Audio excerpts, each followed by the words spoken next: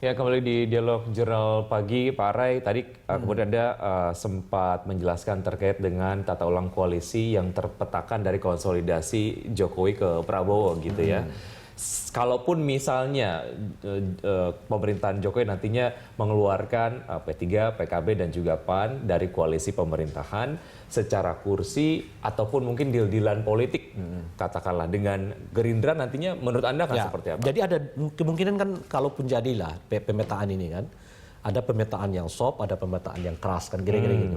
Yang soft itu adalah cukup dengan mengeluarkan dua partai. Jadi misalnya dalam hal ini PAN dan P3 mungkin akan dikeluarkan oleh Pak Jokowi dari peta koalisi. Jadi yang tertinggal ada 5 partai. Kalau misalnya 5 partai ini tetap berpegang teguh pada koalisinya Pak Jokowi, nah mereka masih unggul di parlemen. Setidaknya mereka memiliki suara 298. Kita sebutkan saja non koalisi Pak Jokowi itu ada 5 partai juga kan. Nah total suara mereka itu adalah 262. Jadi masih ada sekitar 26 kursi. Perbedaan antara koalisi yang digalang oleh Pak Jokowi dengan koalisi yang yang sebelahnya gitu. Nah itu yang soft ini, dikeluarkan dua partai gitu, PKB ada di dalam. Tapi dugaan saya, catatan saya, sekalipun mungkin PKB tetap di dalam, ada semacam warning yang keras dari Pak Jokowi kepada PKB misalnya. PKB gitu, setidaknya mungkin ada satu anggota kabinet yang mungkin dicopot dan diganti kepada pihak yang lain atau partai yang lain dan sebagainya gitu.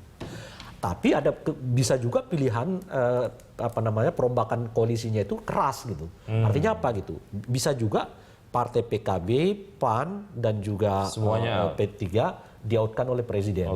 Tapi sebagai gantinya beliau memasukkan Gerindra. Kalaupun Gerindra mau masuk ke dalam peta koalisi. Kalau itu terjadi, justru lebih kuat koalisinya karena kursi Pak Jokowi dengan sendirinya, kursi parlemennya dengan sendiri meningkat. Nah kalau kita misalnya lihat PKB itu kan cuma 47 suara kursi gitu, sementara P3 Gerindra 71 seingat saya kursinya, kita pastikan. Artinya kan kalau misalnya Gerindra masuk ke dalam, maka ya Gerindra 73 kursi.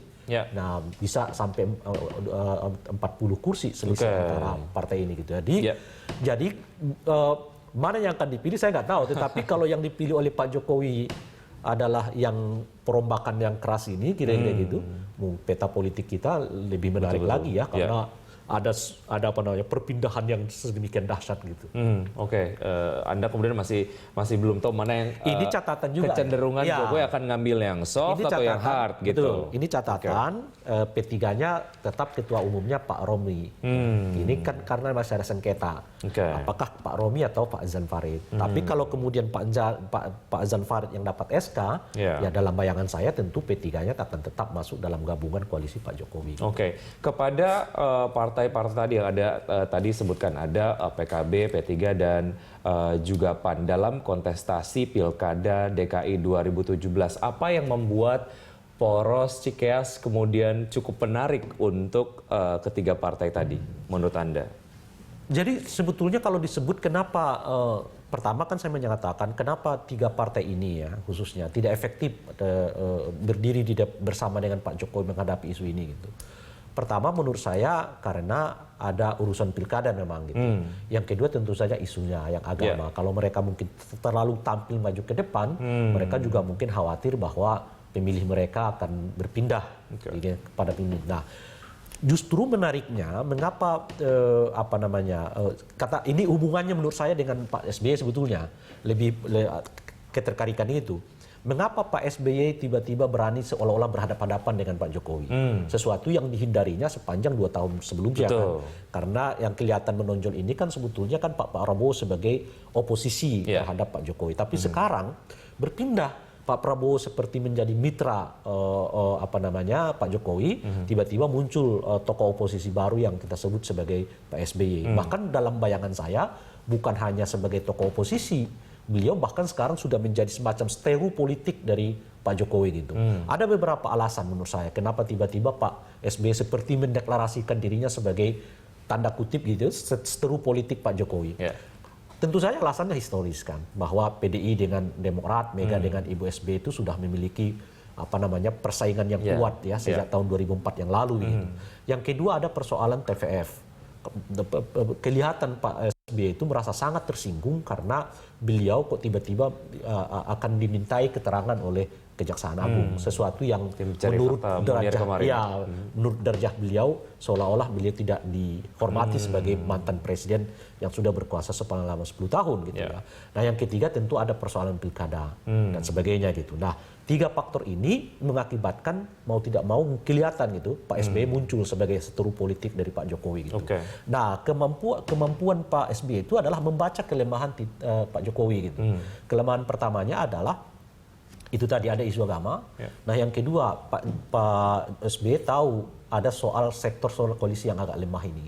Oleh karena itu sebelum beliau tampil ke depan, dia pecah dulu koalisi dengan memasukkan 3 partai politik ini masuk ke dalam gabungan dia di. Lalu apa yang menjadi daya tarik dari Poros Cikeas ini sebetulnya untuk ketiga partai ini? Bukan, sebetulnya mungkin tidak ada yang menonjol secara politik, tetapi karena sama-sama punya kepentingan di dalam Pilkada DKI Jakarta, nah mau tidak mau itu kan sebetulnya bukan mereka masuk ke dalam, tapi yang terjadi adalah menahan kaki 3 partai politik itu untuk maju bersama dengan Jokowi, itu yang terjadi.